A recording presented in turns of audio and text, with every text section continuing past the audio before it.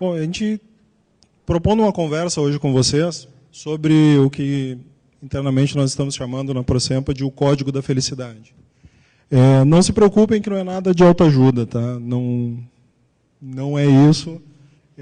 Se vieram para uma sessão de autoajuda, não vão ter. Então, o que é?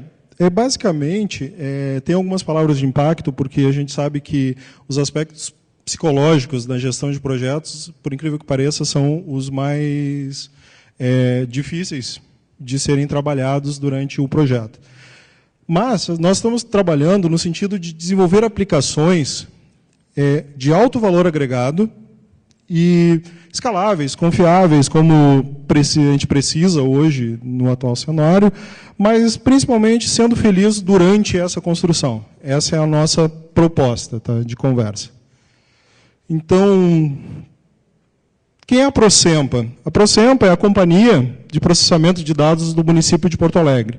Ela foi fundada em 1977, a partir da junção, na época, do mainframe do DEMAI e do mainframe da Secretaria da Fazenda, à época. Então, se formou essa companhia com o objetivo de suportar os sistemas aí que a Prefeitura utiliza para a gestão da cidade. Atualmente, nós estamos em 393 colaboradores, isso muda com uma certa frequência, e suportamos 219 sistemas. Isso na melhor estimativa, porque se a gente for fragmentar um pouco mais os sistemas, é mais ou menos 290 com os subsistemas. Tá? A partir de 2015, foi dado um foco pela gestão de modernização da Procempa, e renovação da empresa. Se iniciou um trabalho de redefinição de processos. No final do ano de 2014 foi realizado um concurso público, onde já foram contratados mais de 100 novos colaboradores, através desse concurso. A formalização, normatização de procedimentos. Então, a gente está numa fase reestruturante hoje da Procempa, com o objetivo de garantir tanto a transparência, que é extremamente necessário com a companhia pública, tanto interna quanto externa, quanto realmente atender a Prefeitura em suas necessidades. Tá? Bom, e esse maluco aqui que vos fala? Derotino Silveira. O nome é estranho, mas sou eu mesmo. Tá? Silveira é o de guerra, fica mais fácil. Graduado aqui pela PUC em Sistemas de Informação, especialista em Marketing Digital. Sou coordenador atualmente do curso técnico de informática na Escola Técnica da Fundatec, que fica aqui ao lado da PUC, e analista de TI na Procempa. Entrei também nesse concurso de 2014, então sou um dos novos na Procempa. E eu tenho uma experiência aí de mais ou menos 20 anos na área de TI, tá, um pouquinho mais de 20 anos, e me especializei muito na formação de equipes ágeis, em desenvolvimento principalmente para web, e dispositivos móveis, tá? Nessa minha experiência. Bom, quem trabalha em TI hoje, a gente sabe de problemas recorrentes em várias áreas da informática. O primeiro deles é que nosso cliente hoje vê o processo de desenvolvimento de um software simplesmente como uma caixa preta. A gente manda qualquer papel para eles lá, diz uma frase e eles que adivinhem o que tem que ser feito hoje. Os prazos são muito curtos, até por essa falta de envolvimento do cliente, eles querem para ontem. Eles não têm tempo. E mesmo, às vezes, por regulamentações ou por questões de mercado, as pessoas precisam daquele software muito rápido. Teve um exemplo no ano de 2009, que saiu uma normativa do Banco Central, no dia 2 de janeiro, e aquela normativa deveria ser aplicada a partir do dia anterior. Ou seja, tu tinha que alterar todo o teu sistema e tu já largava com um dia atrasado. Tu já estava irregular no momento que tu ia abrir a tua loja. Hoje, e isso é uma tendência nossa de TI, o nosso foco é na tecnologia que a gente vai usar. A gente começa a debater, eu vou usar Java, eu vou usar Node, eu vou usar, o que eu vou usar? A gente foca muito na tecnologia e acaba adaptando o sistema às suas restrições. Outra coisa, a longa curva de aprendizado que a gente tem hoje para colocar um profissional no mercado. Ou a gente traz um profissional de mercado até ele entender nosso projeto, o conjunto de frameworks que a gente está desenvolvendo. É muito longa essa curva, né, para ele se inserir no sistema. Via de regra, isso causa ali um alto acoplamento do software, ou seja, a gente não consegue reusar em outras coisas aquilo que a gente criou. Automação de teste, então, em cenários desses, fica para outro dia, né? No final do projeto, a gente vê se vai testar. A gente, mais ou menos, atualmente, construir software é como construir uma igreja, né? Primeiro a gente constrói, depois a gente reza, né? E, se Deus quiser, nada dá errado. E a infraestrutura, a gente precisava de grandes servidores monolíticos para suportar isso aí, ou seja, servidores caros, porque a gente escreve tudo junto, eu não tenho como escalar só uma parte da minha aplicação, eu acabo escalando toda a aplicação. Quando, por exemplo, eu preciso de mais espaço no meu gerenciador do meu application server, e eu acabo tendo que levar junto todo o meu web server junto, dando grande capacidade para isso e vai ficar subutilizado. Bom, qual é a nossa motivação? Nada melhor que o prazo, né? Nada melhor que o cliente, um grande cliente na nossa cola, para a gente se motivar, né? A gente acaba remando bem mais rápido quando tem uma certa pressão. Mas vamos ver quais são as reais motivações. Primeira motivação desse trabalho que a gente está criando, que o cliente tem que ser dito para ele isso de uma forma muito clara, que ele sim é o principal responsável pelo sucesso do projeto. Muito mais do que os desenvolvedores, muito mais do que os gerentes de projeto. Porque, em última instância, é ele que vai usar isso. Não é feito para nós, desenvolvedores, o software, é feito para ele. Então, ele é o responsável por isso. Outra coisa, a gente sai do foco tecnológico. A gente tem que sair desse foco e olhar para o ser humano. Tanto o ser humano que está desenvolvendo esse software, quanto o ser humano que vai usar. Então, a abordagem tem que ser focada no ser humano e nas necessidades que ele tem no seu dia a dia.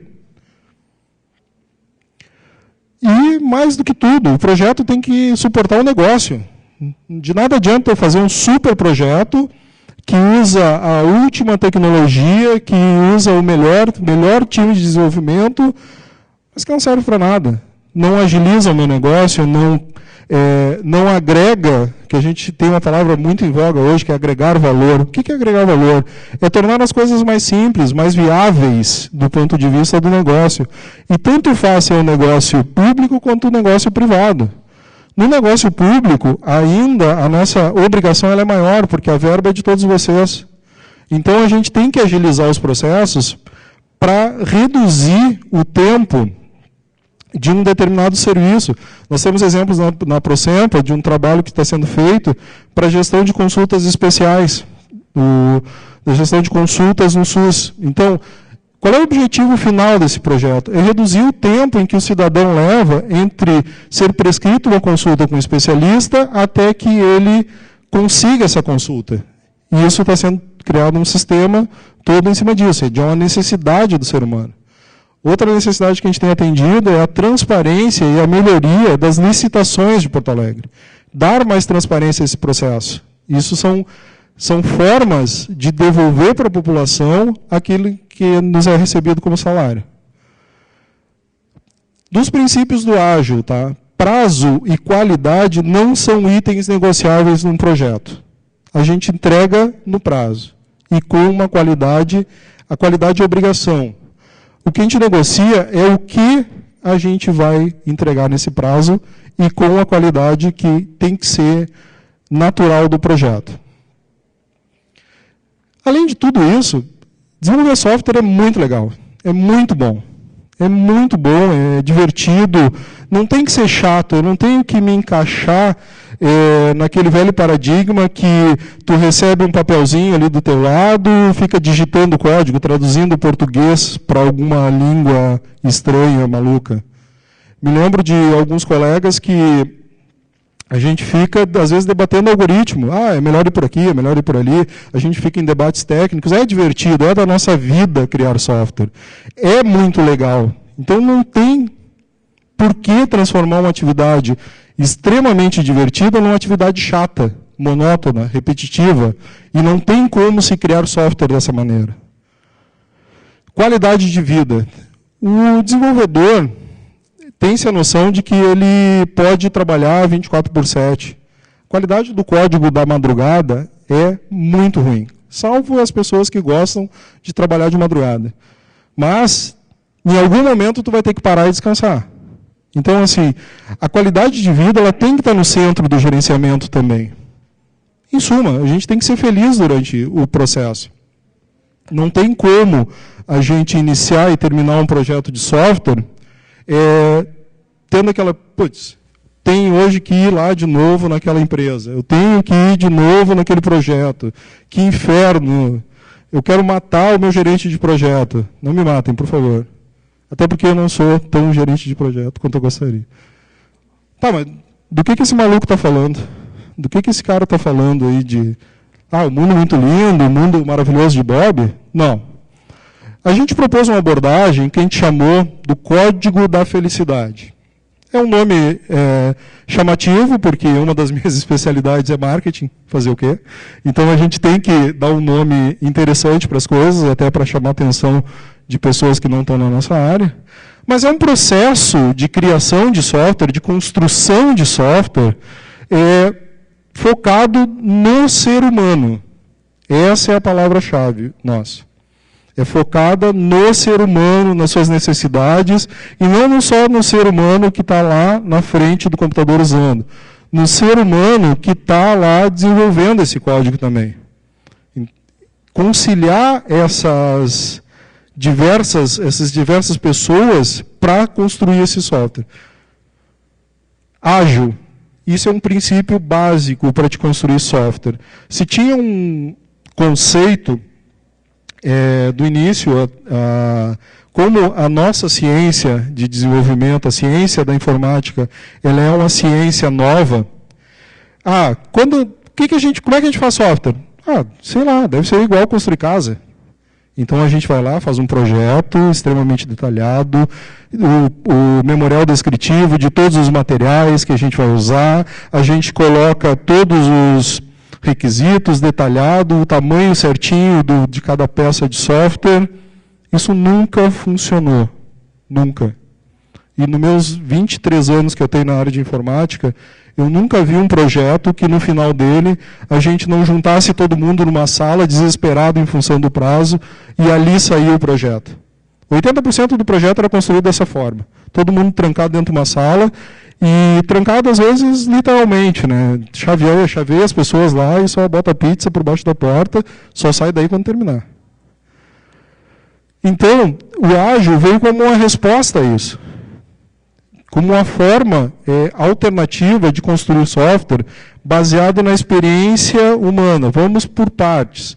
Vamos ver primeiro o que agrega valor. Vamos ver primeiro aquilo que realmente vai fazer diferença. Faz aos poucos, não faz tudo de uma vez, porque as coisas certamente vão mudar. Não há nenhuma certeza no início do projeto, a não ser a de que as coisas irão mudar. Todos têm que estar satisfeitos com o projeto. Se uma só das partes estiverem insatisfeitas, o projeto não vai sair, não vai até o fim. Estatísticas do início aí dos anos 2000 mostravam que 70% dos projetos de softwares falhavam. É um número absurdo.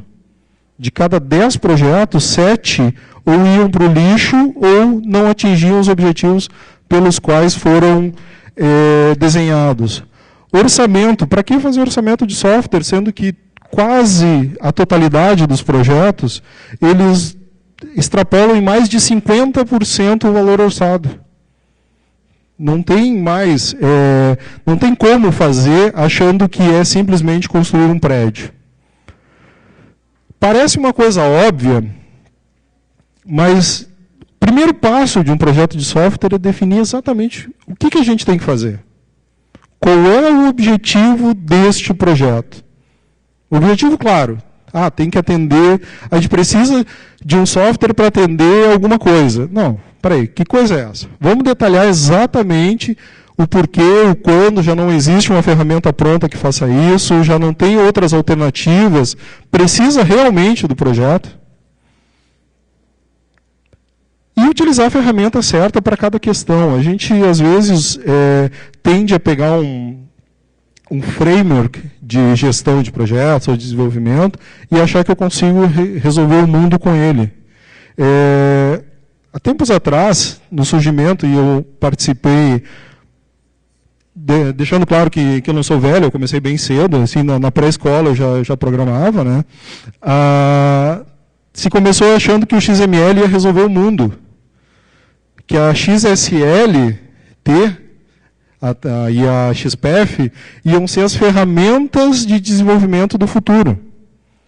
Que o XML ia resolver tudo. Hoje o XML nem é usado mais, a gente está indo mais para o JSON e para outras abordagens.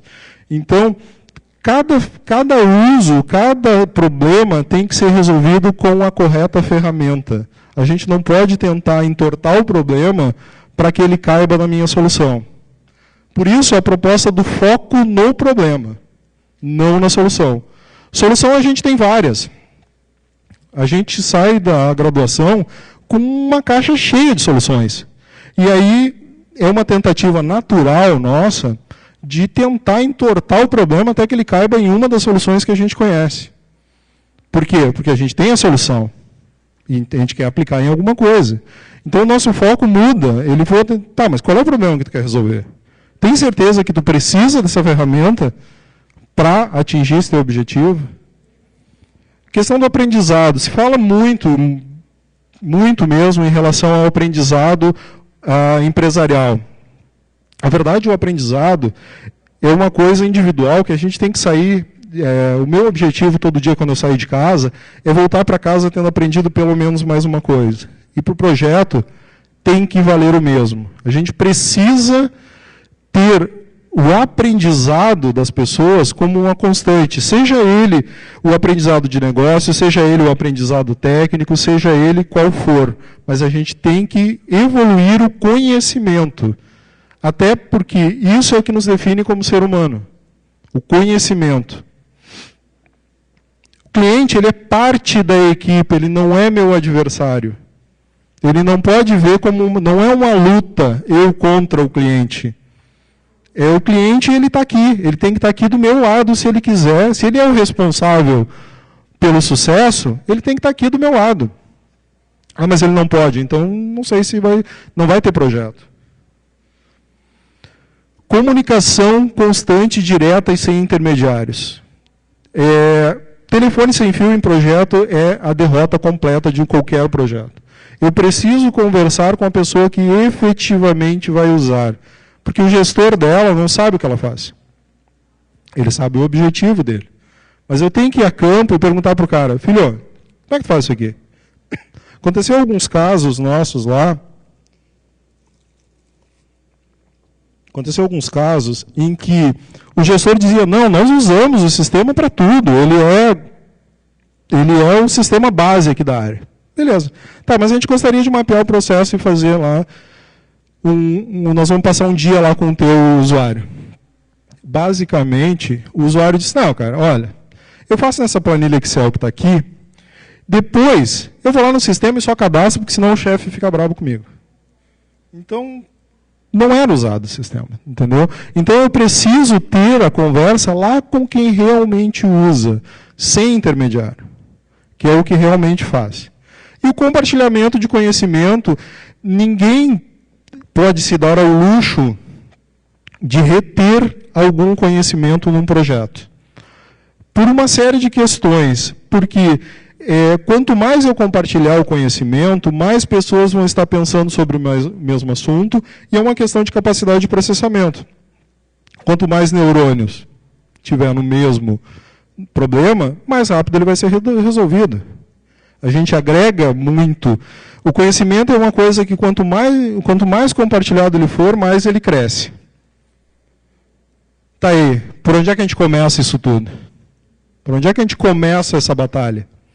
Porque não é simples, né? Tudo que eu falei para vocês agora é muito bonito aqui no PPT, muito bonito. Tá, mas vamos botar isso no dia a dia. Por onde é que a gente começa? Pela análise do problema. Não, a gente não começa pela técnica. A técnica, a gente vai chegar lá.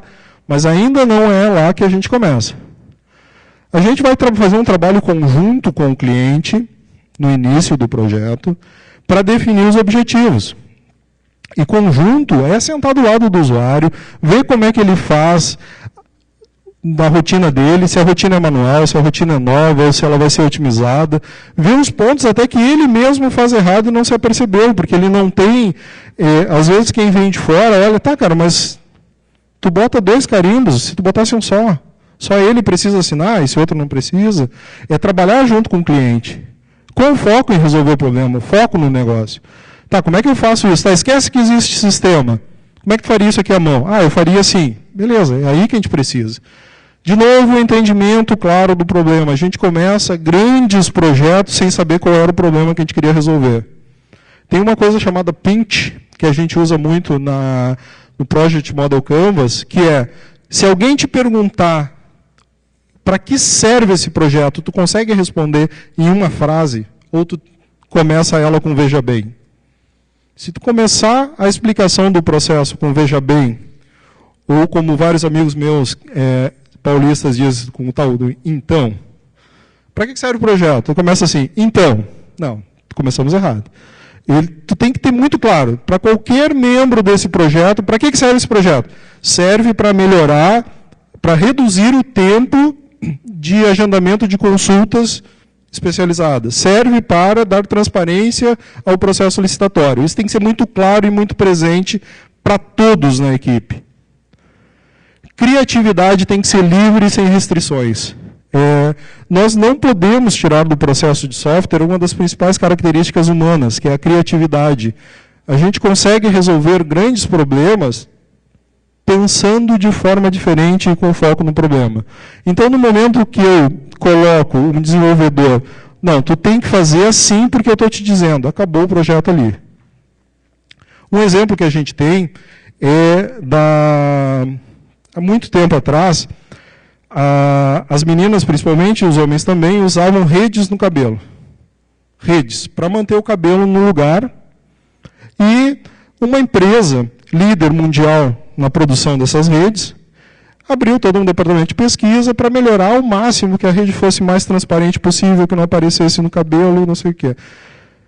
E aí veio um japonês maluco e inventou o laque. Acabou com o negócio deles. Uma criatividade, que foi, provavelmente, alguém da equipe disse, tá, mas se a gente fizer um produto químico que substitua isso, disse, não, a gente faz rede, a gente não faz isso. Mas é um negócio, é o foco no negócio, do dinheiro, não naquilo como está sendo feito. A criatividade, ela é extremamente importante para resolver os problemas. Análise de processos. Ninguém vê o processo, ninguém vai olhando o processo muito, e isso não é bom, porque às vezes a gente não entende por que tem que ter o campo A e não tem que ter o campo B num sistema. Não é assim que a gente analisa o sistema. A gente tem que ver, não, esse papel sai do fulano e é assinado pelo Beltrano ali. E é aqui que a gente vê o que a gente precisa implementar. O que vai ter de campo, de detalhamento, isso não é o relevante. O relevante é o processo. O processo é o mais complexo em qualquer software. E o uso das mais diversas técnicas, e aí não se atrelar a uma só técnica para tentar tirar do usuário os requisitos. Eu tenho que usar diversas técnicas. Hoje a gente usa, na ProSemp, a gente usa storytelling, a gente usa brainstorm em vários projetos, a gente usa técnicas de mapeamento dos processos e outras que a gente já usou também. A gente já fez seminários de 3 dias, por exemplo, de 3, 5 dias inteiros, falando sobre o mesmo assunto, com as paredes cheias de post-it e processos, para saber, para extrair do usuário aquilo que ele mais precisa. Porque fazer o software é simples. O difícil é entender o que o usuário quer. Tá, mas é só isso? Só vou lá, extrair os requisitos e está tudo feito? Não. Não é bem isso. A gente precisa, a partir disso aí, a gente está com os requisitos. A gente já sabe, ou pelo menos tem uma boa ideia daquilo que o meu usuário precisa. Agora, eu tenho que planejar o projeto. Essa fase, por mais que a gente use ágil, por mais que a gente diga que o ágil, tu não tem planejamento prévio, tu vai indo de acordo com o projeto, mas não. Tu tem que ter tu tem que ter claro aonde tu quer chegar. E para isso a gente usa assim, técnicas de planejamento. Uma das que a gente usa para definir o cenário do projeto é o Project Model Canvas, que é do Finóquio, que ele nos dá uma boa visão do que, sem entrar no detalhamento, que o detalhamento ele é desnecessário nesse momento. Eu preciso ter a visão geral do campo de batalha. E é isso que a gente faz com o Canvas. Gerei o Canvas, gerei uma série de informações ali do ponto de vista mais...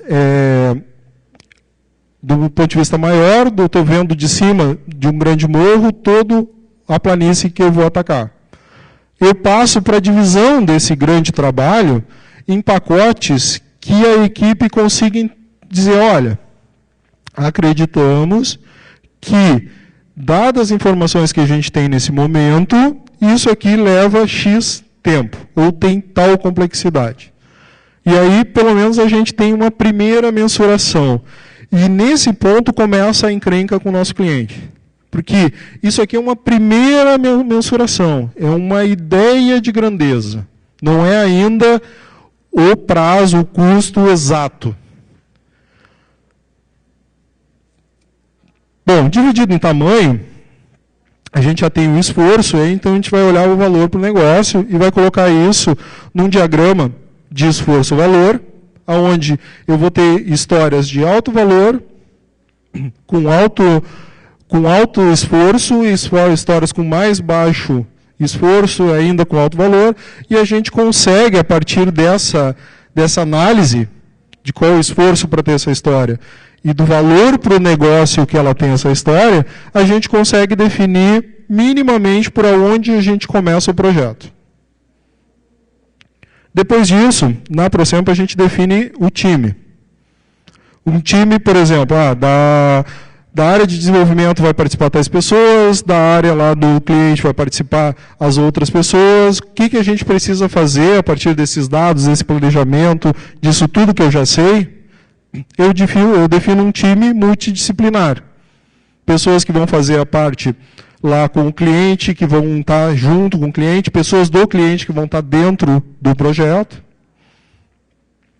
Nessa fase ainda de planejamento, a gente já inclui o protótipo funcional das telas que vão ser usadas para o desenvolvimento. Várias reuniões para definir, então tá, beleza, esse é o problema, é isso que a gente tem que fazer. Tá, que tecnologia a gente vai usar? Aonde que isso aqui se encaixa? Como é que eu faço para isso andar? Como é que eu dou vida para esse cara? E aí, já ainda na fase de planejamento do projeto, uma das saídas é a arquitetura, é a criação da arquitetura do projeto, é o setup inicial. Precisamos fazer uma prova de conceito durante esse período de planejamento, vamos definir, e daqui já sai pronto para desenvolvimento. Então, eu tenho o que o meu cliente quer, a gente tem o como a gente vai fazer, a gente tem a tecnologia definida e o time que a gente vai empregar para conseguir atingir os objetivos. Tá aí, código que é bom. Não vi código ainda. Nada? Não se programa mais nada? Não. A gente precisa ainda programar.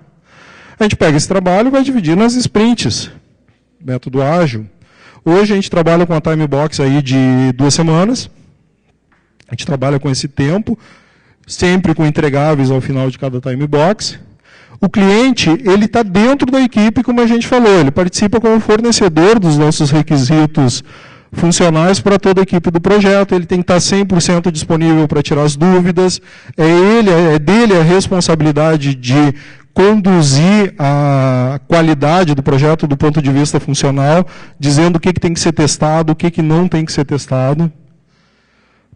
O time tem que ser um time comprometido com o alto desempenho. Hoje, o time ele é parte do todo, e ele tem que estar comprometido com o sucesso do projeto. Tudo que a gente fez até agora Todo o time tem que participar e ele tem que acreditar naquele projeto. Ele tem que acreditar que ele está fazendo alguma coisa que realmente vai servir. E confiança. Confiança é uma das principais questões num time. A gente não tem como trabalhar em um time em que um não confia no outro. Que eu não posso delegar uma tarefa porque eu não sei se meu colega vai conseguir cumprir ou não. Então a gente tem que formar times, mesmo que pequenos, que sejam extremamente coesos. E aqui é parte do gestor conseguir formar esse time e de alimentar esse time. A equipe, ela tem que se organizar. Ninguém pode dizer o quanto tempo vai levar a tarefa A ou a tarefa B, a não ser a pessoa que vai fazer. Não tem como, não, mas eu quero em uma semana. Bom, vai ficar querendo. É o tempo que as coisas levam, porque eu tenho um compromisso com o todo e eu sei o tempo que eu vou levar para entregar as coisas com a qualidade que a gente estabeleceu. E o desenvolvimento ele tem que ser ágil. Não adianta nada eu ter um processo inteiro ágil se na hora de desenvolver eu desenvolvo cascata. Não resolve. Eu tenho que ter técnicas e ferramentas no desenvolvimento ágeis. Como é que é esse desenvolvimento ágil hoje funcionando na prática? A gente tem dojos hoje para disseminação do conhecimento e para requisitos complexos. Bom, estamos com um requisito aqui muito complexo, a gente não sabe como vai fazer, fecha todo mundo numa sala, faz todo mundo junto, projetor funcionando, todo mundo trabalhando no mesmo código para a solução desse problema. Surgiu uma tecnologia que é perfeita para esse projeto, mas a equipe não funciona. Mesma coisa. Todo mundo para uma sala, vamos fazer um dojo, vamos aprender essa tecnologia de uma forma conjunta e que tem funcionado muito bem mesmo essa técnica. Testes, automação de testes desde o início do projeto. Isso tem que ser uma realidade. As coisas, teste unitário, todo o nosso desenvolvimento orientado a TDD. Quer dizer que a gente testa 100%? Também não. Aquilo que é relevante. Mas a gente tem uma boa cobertura de testes hoje nos projetos. Dependendo do projeto, passa fácil da casa dos 80% a 90% da cobertura de código. Por quê?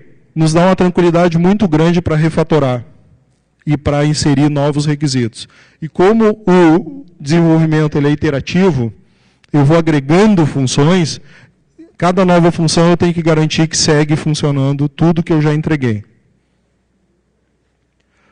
Outra questão é criação de código aberto e compartilhável, sempre que o requisito permitir. Tem alguns pontos que a legislação não nos permite compartilhar, mas tudo que a gente consegue, a gente está iniciando um trabalho na Procempa, do GitHub nosso da Procempa, onde a gente está começando a criar uma série de pacotes que a gente usa no nosso dia a dia e que vão estar disponíveis lá para qualquer um usar e a gente usa código aberto por princípio. Se a gente tem duas opções, código fechado ou aberto, a gente sempre opta pelo aberto.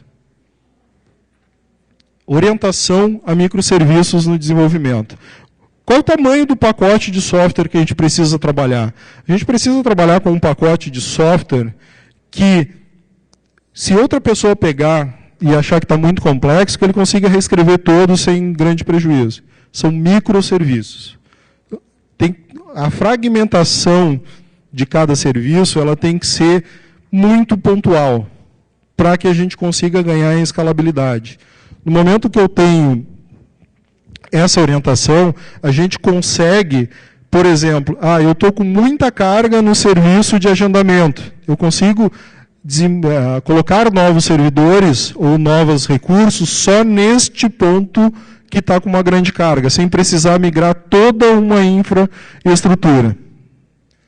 E o uso da tecnologia mais adequada para cada problema.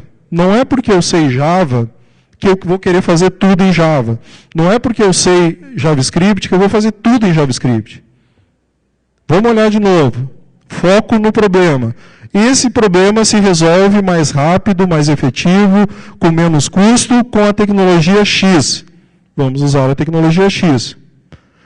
Do que a gente está falando isso? A gente está falando em aplicações poliglotas, que tem várias linguagens, vários bancos de dados, e funcionam como um ecossistema e não mais como um grande Golias. Essa que é a ideia de tu ter o microserviço e tecnologias diferentes dentro da mesma aplicação. Porque nem tudo é prego, né? Não adianta eu só ter um martelo.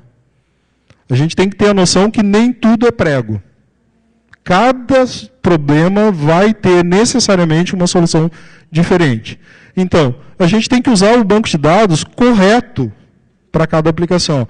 Se a aplicação que a gente está fazendo ela é de natureza documental, eu vou usar um banco de dados orientado a documentos. Se ela é uma aplicação de dados financeiros, eu vou usar o paradigma relacional. Então, e a minha aplicação vai ter que conversar com os dois. Nós temos um case que a gente analisou há um tempo agora, de uma grande loja virtual, que ela usa 4 bancos de dados. Uma para cada aplicação. Ela usa um banco de dados relacional no ERP dela, ela usa o MongoDB para implementar toda a parte de cadastro de produtos, Redis para a seção de usuário, e mais um banco orientado a grafos para fazer o relacionamento entre produtos. Numa mesma aplicação, para o usuário é transparente. Utilização de BPM. Orquestrar os projetos onde eles são melhores orquestrados. Numa aplicação, eu pego todos os meus serviços, jogo num barramento de serviços e orquestro ele utilizando um software de BPM. Infraestrutura como serviço.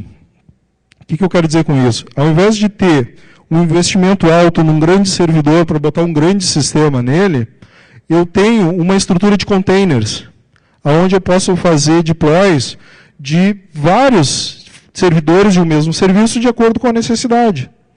Eu vou crescendo esse meu serviço aos poucos.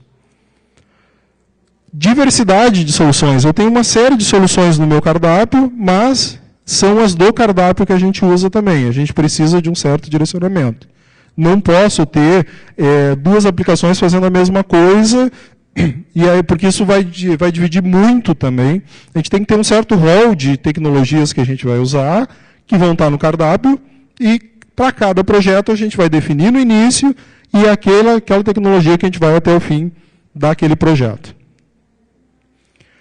As áreas de suporte hoje da Procempa, elas têm um foco na pesquisa, desenvolvimento e padronização de componentes para o uso das demais equipes. Hoje a gente tem 3 áreas de suporte ao desenvolvimento, que elas não atendem diretamente ao cliente, mas elas ficam pesquisando novos componentes, criando padrões para as demais áreas. E o gerenciamento ativo dos serviços. A gente está disponibilizando todo um rol de serviços, e hoje a gente usa o API Man para fazer a gerência de qual serviço está consumindo mais, de fazer toda a verificação de onde eu preciso melhorar, o que eu preciso dar mais carga, ou, por exemplo, tem um determinado serviço que está muito lento, a gente vai refatorar aquele serviço, ter a gerência sobre o todo. Bom, aqui é um pouco das tecnologias que a gente tem usado na Procempa, das estruturas que a gente tem. É uma bela sopa de letrinha, né? Bancos de dados, por exemplo, hoje, que a gente tem na Procempa. A gente tem IBM DB2, ainda várias aplicações legadas. A gente tem um legado lá, como eu disse para vocês, a Procempa nasceu a partir do mainframe, de 2 mainframes. Então, a gente ainda tem hoje rodando mainframe, DB2, tanto no mainframe como em baixa plataforma já. A gente tem aplicações herdadas lá que estão em Oracle. Nós temos aplicações em MongoDB. A gente está usando Elasticsearch. Postgres hoje é o nosso principal banco, é o foco nosso de crescimento é do Postgres. Todas as aplicações que estão começando estão sendo direcionadas ou para Postgres ou para Mongo. Temos sistemas em MySQL, temos sistemas usando Redis, temos sistemas ainda com SQL Server. Então, tem uma diversidade hoje de bancos de dados que eu disse, cada caso vai ser um caso. A gente recebe hoje, a gente já recebeu, por exemplo, o projeto da nota fiscal foi um acordo com a Prefeitura de Belo Horizonte. Ele vem com uma determinada tecnologia, a gente absorve e segue o desenvolvimento dela. Mas sempre que possível, a gente traz para o centro, para os dois, para o Postgres e para o Mongo. Camada de negócio. A gente usa hoje EJB e REST para criar a camada de negócio mais fortemente em Java. O JPA Hibernate, que é a conexão nossa com os bancos de dados base nessa estrutura. E já temos alguns serviços rodando em Node.js. Camada de serviço ela é gerenciada hoje, protegida pelo Keycloak, da JBoss. E a gente usa o API Man para fazer essa gerência dos serviços. View Server, e aí tem bastante coisa. A gente tem aplicações hoje em Tomcat, na parte do View Server. Temos aplicações usando o Whitefly. Já temos aplicações também rodando com Meteor JavaScript, que ele roda sobre o Node, e com Node e o Express. Algumas aplicações lá que tem essa configuração na parte View Server. Client. Angular 1, a gente tem várias aplicações criadas em Angular 1, várias mesmo. Aplicações web, mobile em Ionic, e estamos apostando agora na migração, nos novos projetos, a gente está apostando no Aurelia.js, que é uma alternativa que se tem no mercado hoje para o Angular 2. Ainda é uma aposta, mas pelo que a gente viu, ele já está em condições de produção, e os ganhos em relação ao Angular 2, no nosso ponto de vista, foram bem expressivos. Tá? Tanto na parte da curva de aprendizado, quanto também na velocidade do framework em si. Bom, e resultados? Tudo bem, falar na teoria, o PPT aceita, é bem fácil de fazer, inclusive, o PPT. A gente tem uma equipe, essa forma de trabalho, ela está sendo disseminada, e foi feito um piloto com uma equipe de 4 pessoas, da qual eu faço parte.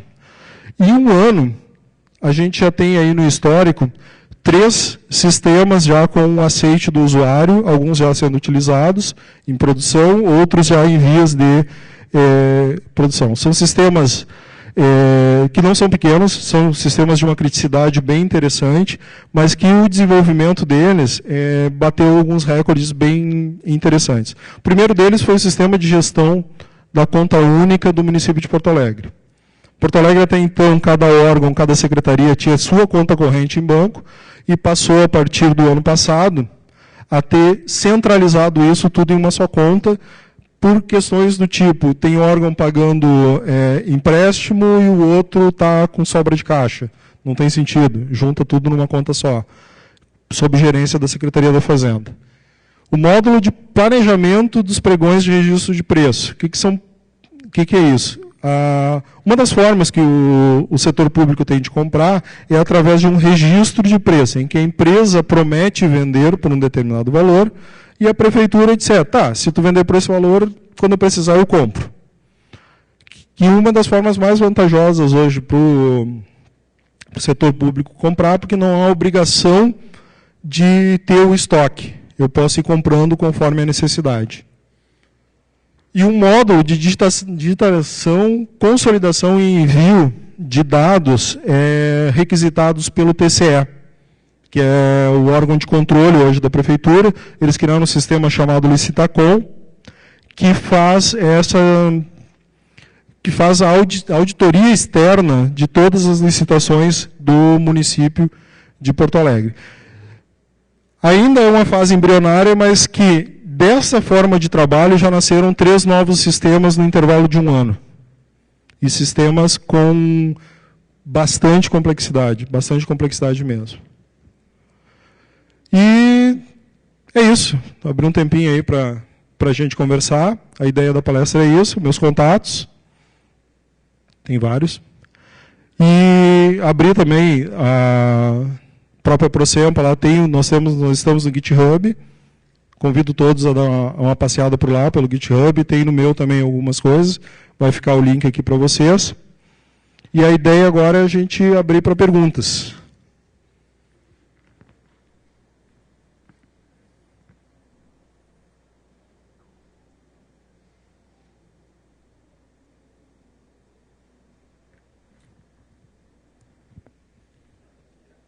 Oi?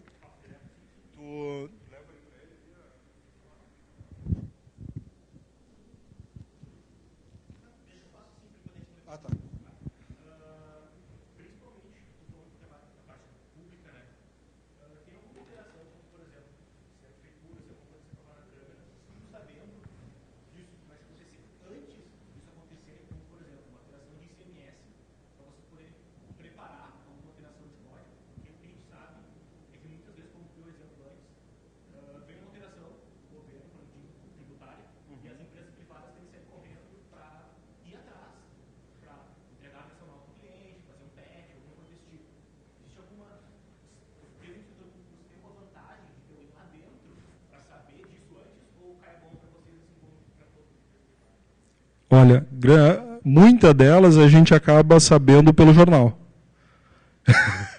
Não muda muito, porque muitas decisões acabam indo antes para o jornal do que para nós. Por isso, é uma das coisas que a gente coloca os prazos nem sempre são reais. Isso continua sendo, mesmo no setor público, mesmo a gente estando dentro do ente público, as decisões elas vêm como por decreto, e a gente acaba não sabendo antes, para conseguir ter essa preparação. Por isso a gente precisa de uma forma mais rápida de atender algumas coisas, né?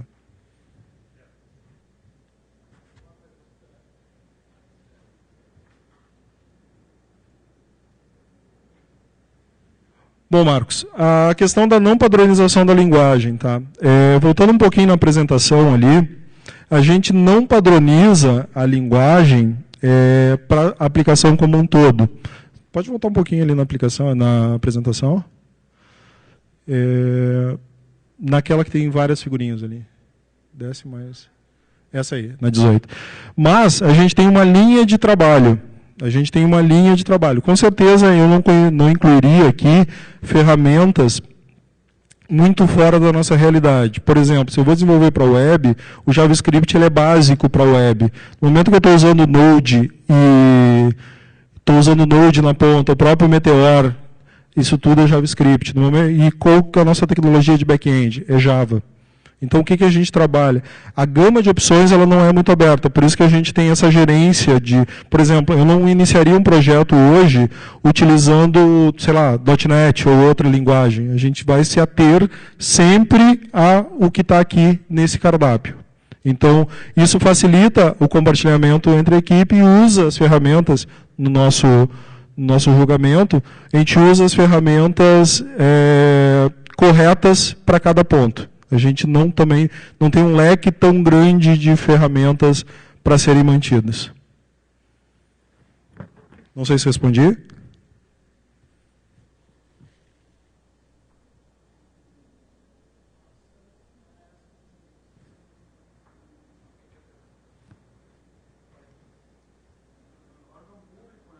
Isso.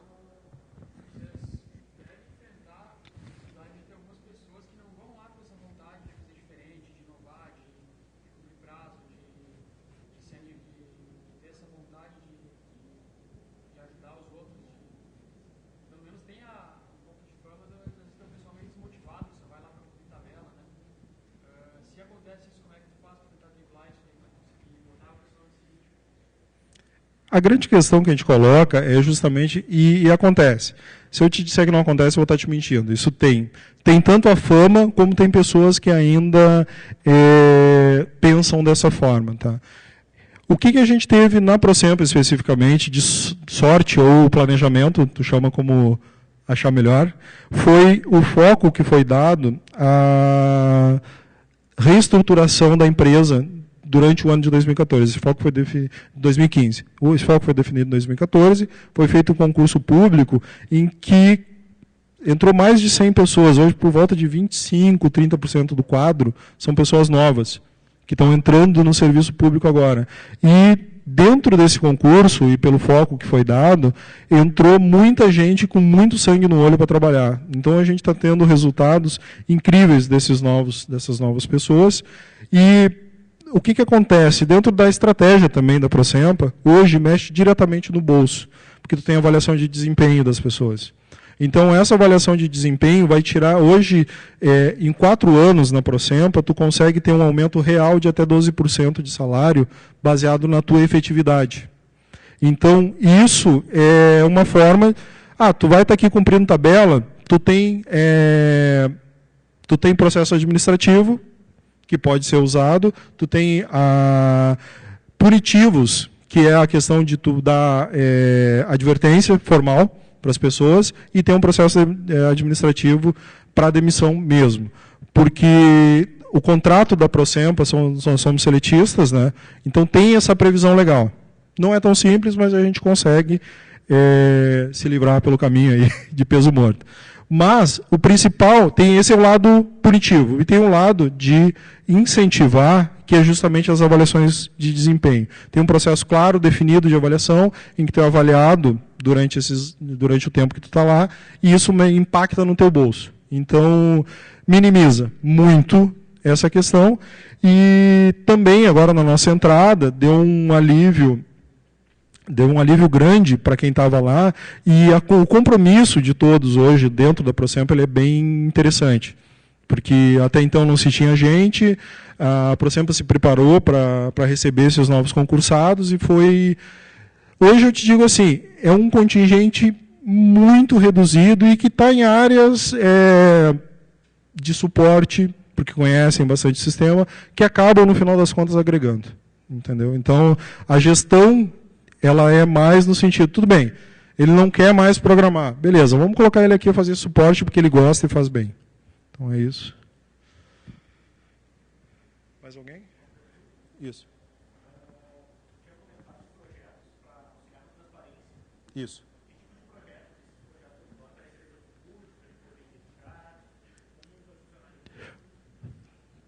Tá. Bom, hoje o principal projeto que a gente tem nesse sentido é um projeto do próprio Tribunal de Contas do Estado, que tem um portal em que todas as licitações dos municípios estão lá. Todas as compras públicas feitas, elas estão lá. O que é o nosso projeto? É alimentar esse portal do Tribunal de Contas com tudo que está acontecendo dentro da Prefeitura de Porto Alegre. Outra coisa, outro projeto é o próprio portal de transparência da Prefeitura, que é mantido pela Procemp, que tem todos os dados de todos os contratos da Prefeitura que estão vigentes. Hoje, todos os contra-cheques de servidores são dados abertos no portal de transparências mantido pela Procemp. Então, tem uma série de mecanismos e cada vez mais os projetos, por exemplo, a gente está numa estratégia de, em breve, começar a abrir APIs públicas com dados públicos para que outros desenvolvedores possam criar aplicações em cima delas. Então, sempre no projeto, a base é a transparência do que a gente está fazendo. Bom, senhores, agradeço a todos aí pela paciência, pelos minutos, e até uma próxima.